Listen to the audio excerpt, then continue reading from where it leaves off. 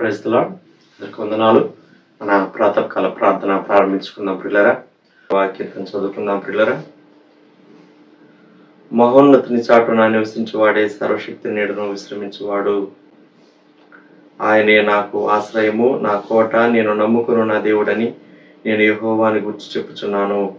వేటకాని ఊరిలో నుండి ఆయన నిన్ను విడిపించును, నాశనకరమైన తెగులు రాకుండా నిన్ను రక్షించును. ఆయన తన రెక్కలతో నిన్ను కప్పును, ఆయన రెక్కల క్రింద నీకు ఆశ్రయం కలుగును. ఆయన సత్యము కేడమును డాలునై ఉన్నది. రాత్రి వేళ కలుగు భయమునకైనను, పగటి వేళ ఎగురు బాణమునకైనను, చీకటిలో సంచరించు తెగులునకైనను, మధ్యాహ్నం మందు పాడు చేయు రోగమునకైనను నీవు భయపడుతుందువు. నీ ప్రక్కన 1000 మంది పడినను, నీ కుడి పక్కన 10,000 మంది కూలినను అపాయం నీ యొద్దకు రాదు.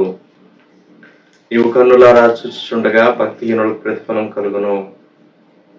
యెహోవా నీవే నా ఆశ్రయము అని నీవు మహోన్నతుడైన దేవుడు నీకు నివాసస్థలంగా చేసుకుని ఉన్నావు. నీకు అపాయం ఏమీ రాదు, ఏ తెగులును నీ గుడారము సమీపించదు. నీ మార్గములన్నిటిలో నిన్ను కాపాడుటకు ఆయన నిన్ను గూర్చి తన దూతలకు ఆజ్ఞాపించును. నీ పాదములకు రాయి తగలకుండా వారు నిన్ను తమ చేతుల మీద ఎత్తిపట్టుకుందురు. నీవు సింహములను, నాగుపాములను త్రొక్కెదవు, కొదమ సింహములను, భుజంగములను అనగద్రొక్కెదవు. అతడు నన్ను ప్రేమించున్నాడు గనుక నేను అతన్ని తప్పించదను. అతడు నా నామం ఎరిగిన వాడు గనుక నేను అతన్ని గణపరచెదను. అతడు నాకు మొరపెట్టగా నేను అతనికి ఉత్తరమిచ్చదను. శ్రమలో నేను అతనికి తోడై ఉండేదను. అతన్ని విడిపించి అతన్ని గొప్ప చేసేదను. దీర్ఘాయు చేత అతనిని తృప్తిపరచెదను. నా రక్షణ అతనికి చూపించదను. ఆమేన్. దేవుని వాక్యం విందాం పిల్లరా.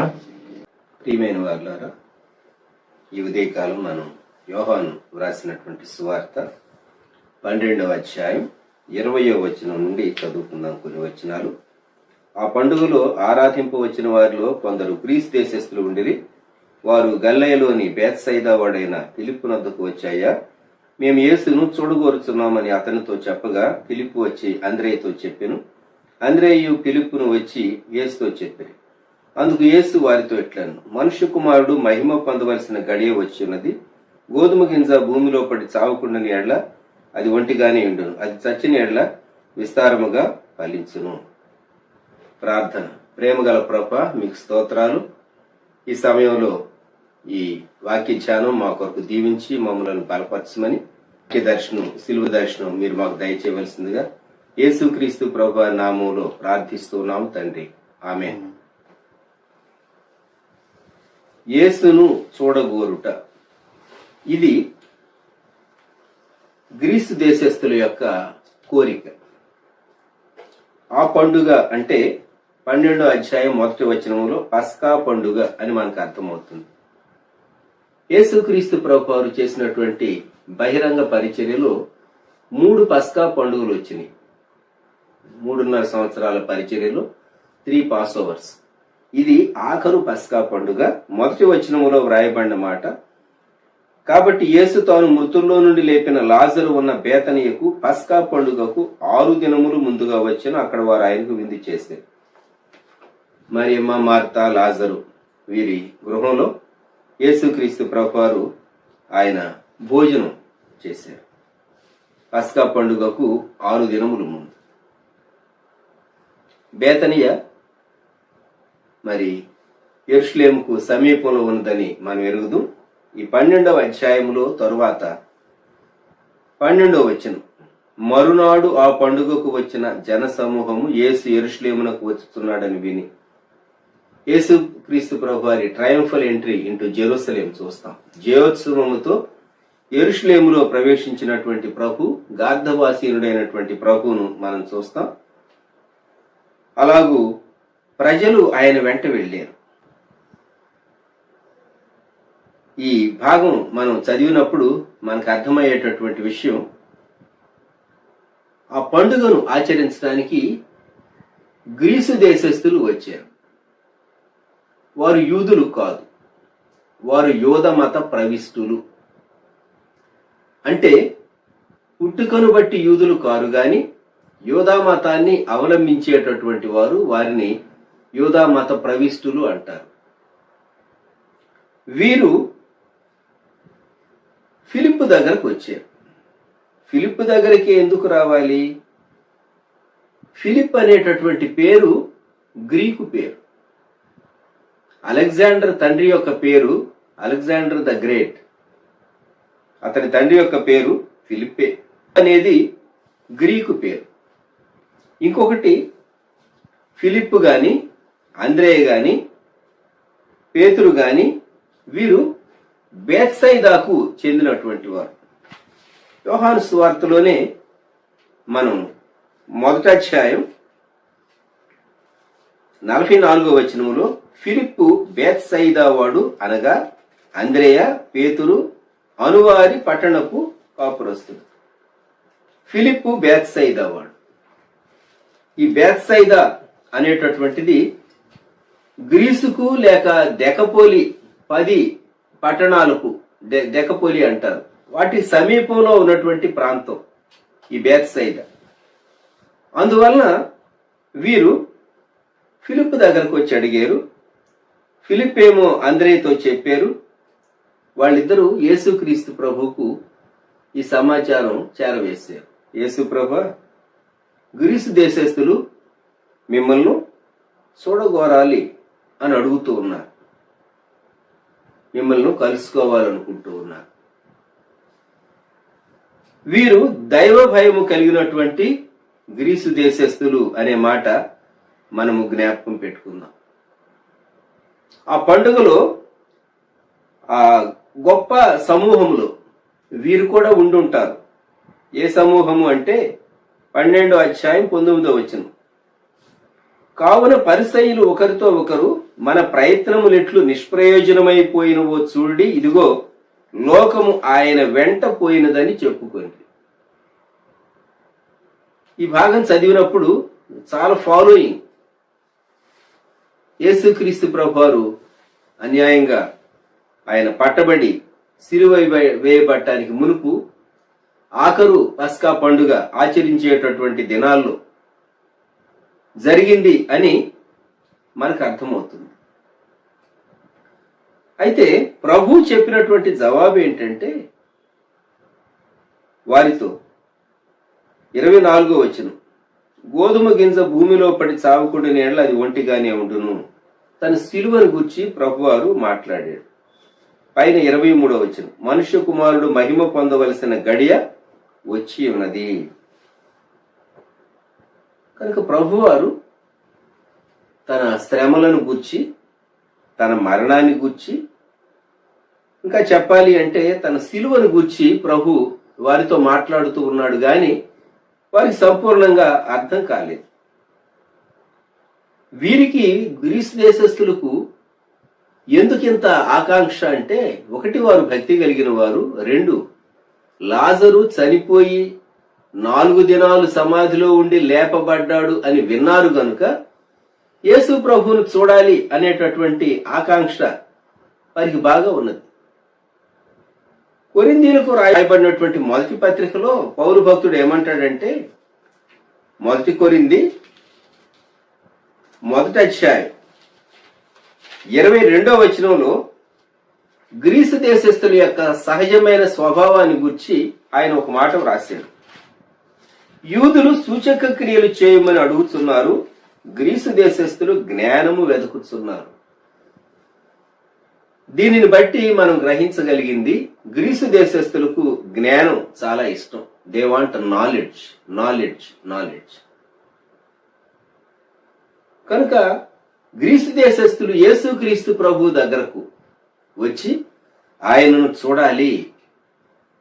చనిపోయి 4 దినాలైనటువంటి వ్యక్తిని అద్భుతమైన రీతిగా సమాధిలో నుండి పేరు పెట్టి పిలిచి సజీవునిగా చేసినటువంటి ఆయనను చూడాలి అనేటటువంటి ఆ బలమైనటువంటి ఆకాంక్ష. యేసుక్రీస్తు ప్రభువును చూడాలి. జ్ఞాన తృష్ణ అని అందాం మనం. అంతేకాదు భక్తి భావంలో కూడా వారికి ఒక విధమైనటువంటి పట్టుదల ఉన్నది. మేము యేసును చూడాలి, మేము యేసును చూడాలి. ఏదో ఒక రీతిగా రికమెండేషన్ చేయించుకుని, సిఫారసు చేయించుకుని ఎలాగైనా యేసుక్రీస్తు ప్రభువుకు దగ్గరగా వెళ్లి చూడాలి వీలైతే ఆయనతో మాట్లాడాలి. ఆయన మాటలు దగ్గరగా ఉండి వినాలి. మీరెవరైనా ఒక గొప్ప భక్తునికి చాలా దగ్గరగా మీరు వెళితే, లేక ఒక గొప్ప భక్తుని మీటింగ్ మీరు అటెండ్ అయితే, ఆ జ్ఞాపకాలు మీరు పదిలంగా ఉంచుకుంటారు కదా. ఒక భక్తుని యొక్క జ్ఞాపకాలే మన మెదడులో చాలా భద్రంగా మనం ఉంచుకుంటాం. ఒకవేళ బిల్లీ గ్రహం గారు, పాల్ యాంగిచో గారు, లేకుంటే గొప్ప గొప్ప దైవజనులు, రిచర్డ్ ఓర్మ్బ్రాండ్ గారు, గొప్ప దైవజనులు, ఇండియాకు వచ్చినటువంటి దైవజనులు, వారితో మీకున్నటువంటి అనుభవాలు, భగత్ గారితో మీకున్నటువంటి ఆ పరిచయం కానీ, ఒకవేళ వారిని చూసినటువంటి దగ్గరగా చూసినటువంటి అనుభవాలు మీకుంటే మీరు వాటిని పదిలంగా ఉంచుకుంటారు. అయితే అసలు వీరు యేసుక్రీస్తు ప్రభువునే చూడగోరారు. ఇది ఇంకా గొప్ప విషయం.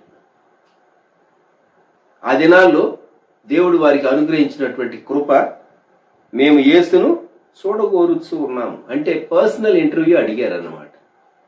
పర్సనల్ ఇంటర్వ్యూ అడిగారు. దూరం నుండి ఆయన చూచి ఉంటారు.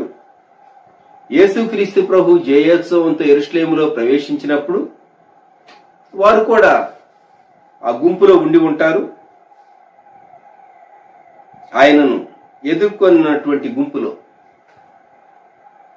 ఇలాగే ఆ పండుగ దినాల్లో యేసుక్రీస్తు ప్రభువును ఇంకా దగ్గరగా ఆయన మాటలు, ఆయన ఇంకేదైనా ఒక అద్భుత కార్యం చేస్తే అనేటటువంటి కోరిక కూడా వారిలో ఉండుంటుంది.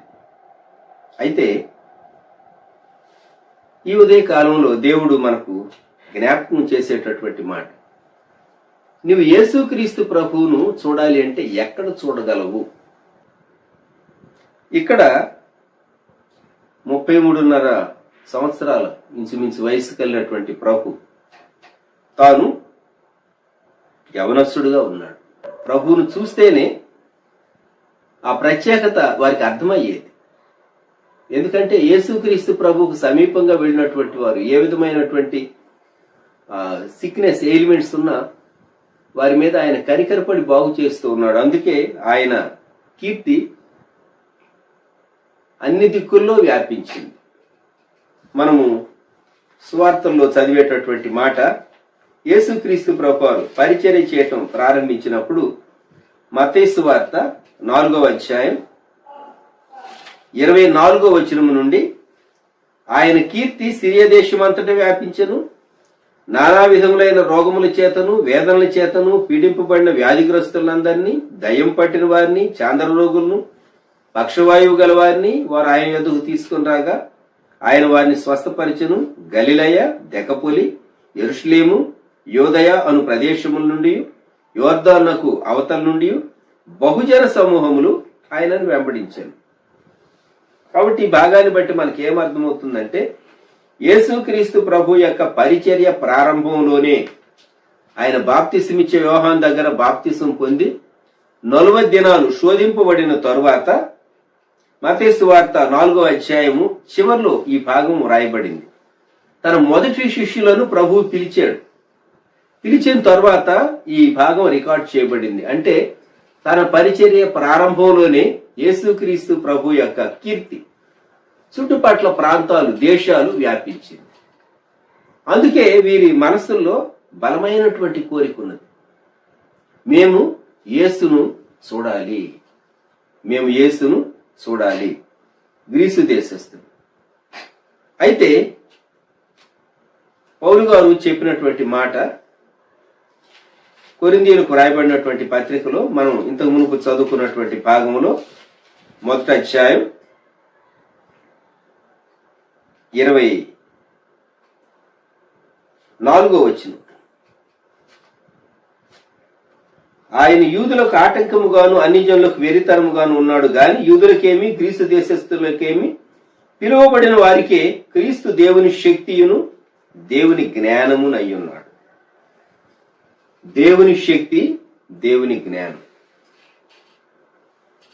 యేసుక్రీస్తు ప్రభు నీకు ఇలాగ అర్థమయ్యాడా?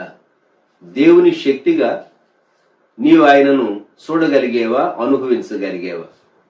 దేవుని జ్ఞానమైనటువంటి ప్రభు అయినటువంటి యేసుక్రీస్తును నీవు చూడగలిగేవా?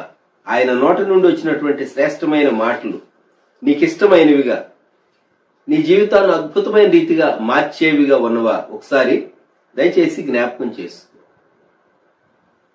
ఈ సమయంలో మనము గుర్తు చేసుకునేటటువంటి మాట, యెరూషలేములో ఆ సమయంలో గ్రీకు భాష మాట్లాడేవారు కూడా చాలా మంది ఉన్నారు. అందుకే యేసుక్రీస్తు ప్రభువాన్ని సిలువ వేసినప్పుడు 3 భాషల్లో ఆ పై మాట వ్రాయబడి ఉంది. ఏమని? యూదుల రాజగు నజరేయుడగు యేసు. యోహాను సువార్త 19వ అధ్యాయం 19వ వచనం. మరియు పిలాతు యూదుల రాజైన నజరేయుడగు యేసు అను పై విలాసము వ్రాయించి సిలువ మీద పెట్టించెను. యేసు సిలువ వేయబడిన స్థలము పట్టణమునకు సమీపమై ఉండెను. అది హెబ్రీ, గ్రీకు, రోమా భాషల్లో వ్రాయబడెను గనుక అనేకులు, యూదులలో అనేకులు దానిని చదివి. అది గ్రీకు భాషలో కూడా వ్రాయబడింది అనేటటువంటి మాట మనము జ్ఞాపకం పెట్టుకున్నాం. కొన్ని సిలువల్లో INRI అని ఉంటుంది. దాన్ని ఎక్స్పాండ్ చేస్తే మనకు వచ్చేటటువంటి అర్థం ఏంటంటే యూదుల రాజైన నజరేయుడగు యేసు అనేటటువంటి అర్థం వస్తుంది. ఈ గ్రీకు భాష మాట్లాడేటటువంటి వారు గ్రీసు దేశస్థులు. గ్రీకు భాష మాట్లాడే వారిలో గ్రీసు దేశస్థులు ఉన్నారు, గ్రీకు భాష మాట్లాడే యూదులు కూడా ఉన్నారు. ఇక్కడ యేసుక్రీస్తు ప్రభువును చూడగోరినటువంటి వారు మాత్రం గ్రీసు దేశస్థులు అని మనం గ్రహించవచ్చు. వారు యూదా మత ప్రవిష్టులు అని మనం వారిని గురించి ఎంచవచ్చు. ఈ సమయంలో నేను మీకు జ్ఞాపకం చేయగోరేది ఏంటంటే, యేసును మనము చూడగోరుచు ఉన్నామా? ఎక్కడ యేసయ్యను మనం చూడాలి? ఆంధ్ర క్రైస్తవ కీర్తనలో ఒక పాట ఉంది, యేసును చూచుట ఎన్నటికో పరవాసుడనగుట ఎన్నటికో అని. శరీరాన్ని విడిచిపెట్టిన తర్వాత ఈ భౌతికమైనటువంటి శరీరాన్ని యేసుక్రీస్తు ప్రభువును చూచుట ఆత్మలో అనేటటువంటి దాని గురించి భక్తుడు అక్కడ పాడాడు. అయితే భూమి మీద మనం యేసుక్రీస్తు ప్రభువును ఎక్కడ చూడాలి? సంఘంలో నీవు ప్రభు అయిన యేసుక్రీస్తు ప్రభువును చూడగలవు. అంతకు మునుపు నీవు ఎక్కడ చూడగలవు? సిలువ పైన ఉన్నటువంటి ప్రభు అయిన యేసుక్రీస్తును నీవు చూడాలి. సిలువ పైన ఉన్నటువంటి యేసుక్రీస్తు ప్రభు నీకు తేటగా అర్థమైతే, మన కొరకు సిలువలో మన స్థానంలో మరణించినటువంటి రక్షకుడైన యేసుక్రీస్తు ప్రభువును మనం చూడగలిగితే, అప్పుడు గోధుమ గింజ భూమిలో పడి విస్తారముగా ఫలించినటువంటి యేసుక్రీస్తు ప్రభు మనకు అర్థమవుతాడు. మన కొరకు సిలువలో మరణించినటువంటి రక్షకుడైన ప్రభు మనకు అర్థమవుతాడు. సిలువ మనకు అర్థమవుతుంది. సిలువ సువార్త యొక్క శక్తి మనకు అర్థమవుతుంది. యేసు ప్రభు వారికి ఇచ్చినటువంటి జవాబు, మేము యేసును చూడగోరుచు ఉన్నాము అంటే, ఇంకొకరైతే ఏం చెప్పాలి అంటే, ఆల్ రైట్ ఎలవదేం అని చెప్పుండాలి. ప్రభు ఇచ్చిన జవాబు, గోధుమ గింజ భూమిలో పడి చావకుండాని ఎడ్ల అది ఒంటిగానే ఉండును, అది చచ్చిన ఎడ్ల విస్తారముగా ఫలించు. యేసుక్రీస్తు ప్రభు తను సిలువలో ప్రాణం పెట్టుటను బట్టి మనలందరినీ కొన్నాడు, సంపాదించుకున్నాడు. మనం ఆయన కుమారులు, కుమార్తెలమయ్యాం. ఈ జ్ఞానం వారి బ్రెయిన్కే మేలు చేస్తుంది, కానీ యేసుక్రీస్తు ప్రభు సిలువ మానవుని ఆత్మకు క్షేమాన్ని కలిగించేది, పాపం నుండి విడుదల అనుగ్రహించేది, పాపం నుంచి రక్షించేది. జ్ఞాపకం పెట్టుకుందాం. లోకంలో జ్ఞానం అని పిలువబడేటటువంటి విషయాలు చాలా ఉన్నాయి. అవన్నీ ఆత్మకు క్షేమాన్ని కలిగించవు. గుర్తుపెట్టుకుందాం. మేము యేసును చూడగోరుచు ఉన్నాము. మేము యేసును చూడగోరుచు ఉన్నాము. కొంతమంది యేసుక్రీస్తు ప్రభు సువార్తను ప్రకటించి అనేక ప్రాంతాల్లో వ్యక్తుల జీవితాల్లో మార్పు చూడగోరి తమను తాము దైవ పరిచర్యకు అప్పగించుకున్నటువంటి వారు మిషనరీస్గా ఎన్నో దేశాలకు వెళ్ళి అష్ట కష్టాలు పడ్డారు. వారి కోరిక ఏమిటి అంటే, మేము యేసుక్రీస్తు ప్రభువును చూపించాలని, యేసుక్రీస్తు ప్రభు కొందరి జీవితాల్లో కార్యం చేసినప్పుడు మేము చూడాలని, ప్రభువును మేము చూపించాలని, వారు యేసుక్రీస్తు ప్రభువుని ఎరుగాలని. ఈ ఆకాంక్ష సౌవార్తీకరణ కొరకు ప్రేరేపించింది. మానవుని హృదయంలో ఒక ఆశ ఉంటుంది. ఏదో ఒక సమయంలో నిజమైన దేవుడు ఉన్నాడా, నిజమైన దేవుడు ఉంటే ఆయన ఎవరు, నేను ఆయన చూడగలనా, నేను ఆయన కనుగొనగలనా, ఆయన నాతో మాట్లాడతాడా, ఆయన నాకు సమయం ఇస్తాడా, ఆయన నా జీవితాన్ని మార్చివేయగలడా, నన్ను నేను సంస్కరించుకోలేకపోతున్నాను, నా జీవితాన్ని పరిపూర్ణంగా ఆయన సంస్కరించగలడా అనేటటువంటి ప్రశ్నలు మనిషిలో తలెత్తుతూ ఉంటాయి. అవును, యేసుక్రీస్తు ప్రభు చాలినటువంటి వాడు. మన ప్రతి పరిస్థితికి ఆయన చాలినటువంటి వాడు. మనల్ని ఎరిగినటువంటి ప్రభు, మనకు బయలుపరుచుకునేటటువంటి ప్రభు. సిలువను చూద్దాం. మేము యేసును చూడగోరుచు ఉన్నాం. అయ్యా, మేము యేసును చూడగోరుచు ఉన్నాం. చాలా పొలైట్గా అడిగారు వాడు. చాలా జెంటిల్గా అడిగారు. చాలా జెంటిల్గా ఫిలిప్ని అడిగారు. ఫిలిప్ సింపుల్ గా చెప్పుండొచ్చు, యేసు ప్రభు చాలా బిజీగా ఉన్నాడు, ఏమనుకోవద్దండి, వీ కెనాట్ స్పేర్ టైం అని చెప్పుండాలి. కానీ వెంటనే ఫిలిప్ అంద్రేయ దగ్గరకు వెళ్ళాడు. ఫిలిప్ అంద్రేయ యేసుక్రీస్తు ప్రభు దగ్గరకు వెళ్ళారు కదా. చాలా మంచి కార్యం. ఫిలిప్ గాని అంద్రేయ గాని వీరి పరిచర్య ఎటువంటిది అంటే, యోహాను సువార్తలో 1:40, యోహాను మాట విని ఆయనను వెంబడించిన ఇద్దరిలో ఒకడు సీమోను పేతురు యొక్క సహోదరుడైన అంద్రేయ. ఇతడు మొదట తన సహోదరుడైన సీమోను చూచి, మేము మెస్సియను కనుగొంటిమని అతనితో చెప్పి యేసునొద్దకు అతని తోడుకొని వచ్చారు. తరువాత యేసు ప్రభు ఫిలిప్పుని పిలిచాడు, నన్ను వెంబడించు. 43వ వచనం. ఫిలిప్పు బేత్సయిదా వాడు. 45వ వచనం.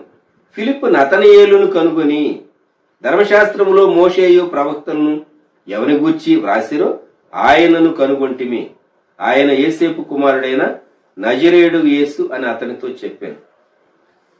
ఈ ఇద్దరి వ్యక్తిత్వాలు మనం స్టడీ చేస్తే, క్యారెక్టర్స్, ఫిలిప్ గాని అంద్రేయ గాని, ఫిలిప్ అండ్ ఆండ్రూస్, వీళ్ళు ప్రజలను ప్రభు దగ్గరకు నడిపించేటటువంటి చక్కని అలవాటు కలిగినటువంటి వారు. దీని అప్రోచ్ కావచ్చు. అందుకే గ్రీసు దేశస్థులు ఎవరి ద్వారా యేసుక్రీస్తు ప్రభు దగ్గరకు మేము వెళ్ళగలమా అని చూచారు. నీవు ఒక మంచి సాధనంగా ఉండగలవా? ప్రజలు యేసుక్రీస్తు ప్రభువును చూడగోరుతూ ఉన్నారు, ఆయన కార్యాలను వినగోరుతూ ఉన్నారు. నీ జీవితంలో, అనేకుల జీవితాల్లో ఆయన ప్రేమను గురించి తెలుసుకోగోరుతూ ఉన్నారు. ఆయన సజీవ శక్తి రుజువుపరచబడుతూ ఉన్నటువంటి, అనేక సంఘటనల ద్వారా రుజువుపరచబడుతున్నటువంటి యేసుక్రీస్తు ప్రభు శక్తిని గురించి ప్రజలు చూడాలని, వినాలని ఆశపడుతూ ఉన్నారు. వారి హోప్. కనుక ప్రజలకు యేసుక్రీస్తు ప్రభువును పరిచయం చేయగలవా, లేక చూపించగలవా? ఆ పస్కా పండుగ దినాల్లోనే యేసుక్రీస్తు ప్రభు వారు సిలువేయబడ్డాడు కదా. అందుకే యోహాను తన సువార్తలో 18వ అధ్యాయం 28వ వచనంలో, వారు మైలపడకుండా పస్కాను భుజింపవలనని అధికార మందిరంలోనికి వెళ్ళలేదు. ఎవరు అంటే పెద్దలు. కైపా దగ్గర నుంచి యేసు ప్రభువుని తీసుకుని వెళ్ళారు. కొందరు మైల పడకుండా పస్కాను పూజించాలి, అధికార మందిరంలోకి వెళ్ళలేదు. పిలాతు లోపల ఉన్నాడు. యేసుక్రీస్తు ప్రభు ఆయన మనందరి కొరకు సిలువ వేయబడినటువంటి రక్షకుడైనటువంటి ప్రభు. నీవు ప్రభువును చూస్తూ ఉంటే ఆయన మనస్సు నీకు అర్థమవుతుంది. అంతేకాదు, ఆయన చూస్తూ ఉండగా నీవు మారిపోతావు. ఇదే రహస్యం. ఆయన రిఫ్లెక్షన్ విశ్వాసి జీవితం పైన పడినప్పుడు నీతి సూర్యుడైనటువంటి యేసుక్రీస్తు ప్రభు యొక్క వెలుగు నీ జీవితం మీద ప్రకాశిస్తే, సూర్యుని కాంతి చంద్రుని మీద పడినప్పుడు చక్కగా చంద్రుడు ప్రకాశిస్తూ చల్లని కాంతిని మనకి ఇచ్చినట్టే, నీ జీవితంలో యేసుక్రీస్తు ప్రభు యొక్క ప్రేమ, క్షమాపణ, యేసుక్రీస్తు ప్రభు యొక్క జీవం నువ్వు చూడగలవు. గ్రహిద్దాం మనం. ఈ సమయంలో యేసుక్రీస్తు ప్రభువుతో మనకున్నటువంటి సంబంధం, యేసుక్రీస్తు ప్రభువును లోకానికి చూపించగలుగుతూ ఉన్నామా? మేము చూడగోరుచూ ఉన్నాము అని పండుగకొచ్చినటువంటి గ్రీసు దేశస్తులు అన్నారు. వారి యొక్క కోరికను యేసుక్రీస్తు ప్రభువుకు చక్కగా కన్వే చేశారు. యేసు ప్రభు ఇచ్చినటువంటి జవాబు మరలా వీరికి తిరిగి కన్వే చేసి ఉంటారు. ఎందుకంటే అప్పటికి ప్రభువుకు సమయం లేదు, ఇంకా ఆఖరి సమయాల్లో ఉన్నవారని చెప్పాలి. ఎందుకంటే 13వ అధ్యాయం వచ్చేసరికి ఆయన శిష్యుల పాదాలు కడిగాడు, ప్రభురాత్రి భోజనం ఆచరించాడు. అక్కడి నుండి ప్రభువారు ఆఖరి మాటలు వారికి చెప్తూ వచ్చాడు. యోహాను సువార్త 14వ అధ్యాయంలో యేసు ప్రభు అన్నాడు, నేను వెళ్లి మీకు స్థలం సిద్ధపరుస్తానన్నాడు. తోమాకి డౌట్, 5వ వచనం, ప్రభువా ఎక్కడికి వెళుతున్నావో మాకు తెలియదే, ఆ మార్గం ఎలాగో తెలియదు. అప్పుడు ప్రభు ఇచ్చినటువంటి గ్రాండ్ స్టేట్మెంట్ యోహాను సువార్త 14:6, నేనే మార్గమును సత్యమును జీవమును, నా ద్వారానే తప్ప ఎవడును తండ్రి యొద్దకు రాడు. అప్పుడు 8వ వచనంలో ఫిలిప్ అన్నాడు, ప్రభువా తండ్రిని మాకు కనుపరచుము, మాకంతే చాలును. యేసు ప్రభు మిమ్మల్ని చూచాము, మేము తండ్రిని చూడలేదు, తండ్రిని చూపించు అంటే 9వ వచనం, యేసు ఫిలిప్పు, నేను ఇంతకాలం మీ యొద్ద ఉండెను, నీవు నన్ను ఎరుగవా? నన్ను చూచిన వాడు తండ్రిని చూచినాడు గనుక తండ్రిని మాకు కనుపరచమని ఎలా చెప్పుచున్నావు? తండ్రి యందు నేను, నా యందు తండ్రి ఉన్నామని నీవు నమ్మట్లేదా? నేను మీతో చెప్పిన మాటలు నా అంతటి నేనే చెప్పట్లేదు, తండ్రి నా యందు నివసించుచు తన క్రియలు చేయుచున్నాడు అని చాలా స్పష్టంగా తండ్రి కుమారుల యొక్క ఐక్యతను గురించి చెప్పాడు. అది ఫిలిప్ అడిగినటువంటి ప్రశ్నకు, తండ్రిని మాకు కనుపరచు. ఈ సమయంలో మనము జ్ఞాపకం చేసుకుందాం, ప్రభువైన యేసుక్రీస్తును లోకానికి వెల్లడిపరిచేటటువంటి, చూపించేటటువంటి ఆధిక్యత ఆ ఫిలిప్ ఎలాగూ మంచి కమ్యూనికేటర్ గా ఉన్నాడో, అలాగే మనం కూడాను యేసుక్రీస్తు ప్రభు కొరకు ఒక చక్కని మనం కమ్యూనికేషన్ అందించేటటువంటి వారంగా, ప్రభువును పరిచయం చేసేటటువంటి వారంగా ఉండాలి అని దేవుడు కోరుతూ ఉన్నాడు. సిలువ వైపు చూద్దామా? ప్రార్థన చేసుకుందాం. ప్రేమగల మా తండ్రి, పరిశుద్ధ ప్రభువా, మేము యేసును చూడగోరుచూ ఉన్నామని గ్రీసు దేశస్తులు అడిగారు. వారికి మీరు ఇచ్చినటువంటి జవాబు మేము జ్ఞాపకం చేసుకున్నాం. మీరు సిలువలో పైకెత్తబడబోతూ ఉన్నారు, మీరు సిలువలో మరణించబోతూ ఉన్నారు. గోధుమ గింజ వలె భూమిలో పడి మీరు మరణంలోనికి, సమాధిలోనికి వెళ్లి మీరు తిరిగి లేచి విస్తారంగా ఫలించబోతూ ఉన్నారు. మీరు చెప్పింది వారు పూర్తిగా అప్పుడు అర్థం కాలేదు, గాని తర్వాత వారు గ్రహించి ఉంటారని మేము నమ్ముతూ ఉన్నాం. ప్రియ ప్రభువా, యేసును చూచుట అనగా మేము సరైన రీతిగా గ్రహించడానికి కృప దయచేయండి. యేసును చూచుట అనేటటువంటి అంశం మేము ధ్యానించుటకు కృప దయచేయండి. మీ కార్యాలను మేము చూస్తూ ఉన్నాం. అయితే సిలువలో మా కొరకు వేలాడినటువంటి ప్రభువైన యేసుక్రీస్తును మేము చూచుట ద్వారా, మరణంలోనికి, సమాధిలోనికి వెళ్లి పునరుద్ధరుడైన యేసుక్రీస్తు ప్రభువును చూచుట ద్వారా, దేవుని శక్తియు దేవుని జీవము అయినటువంటి యేసుక్రీస్తు ప్రభువును మేము చూచుట ద్వారా మా జీవితాలు ఎంతో శక్తివంతమైనటువంటి జీవితాలుగా, ఇతరులకు ప్రయోజనకరమైనటువంటి జీవితాలుగా మారటానికి కృప దయచేయమని ప్రార్థన చేస్తున్నాం. ఈ క్లుప్త ధ్యానాన్ని, డివోషన్ వీక్షించే వారందరి కొరకు, వారి కుటుంబాల కొరకు ఆశీర్వదించమని మీకే వందనములు, స్తుతులు చెల్లిస్తూ యేసుక్రీస్తు ప్రభు వారి శ్రేష్టమైన నామములో ప్రార్థించి వేడుచూ ఉన్నాము తండ్రి. ఆమేన్. మన ప్రభు అయిన యేసుక్రీస్తు వారి కృప, దేవుని ప్రేమ, పరిశుద్ధాత్ముని అన్యోన్య సహవాసం సదాకాలం మనకు తోడై ఉండును గాక. ఆమేన్.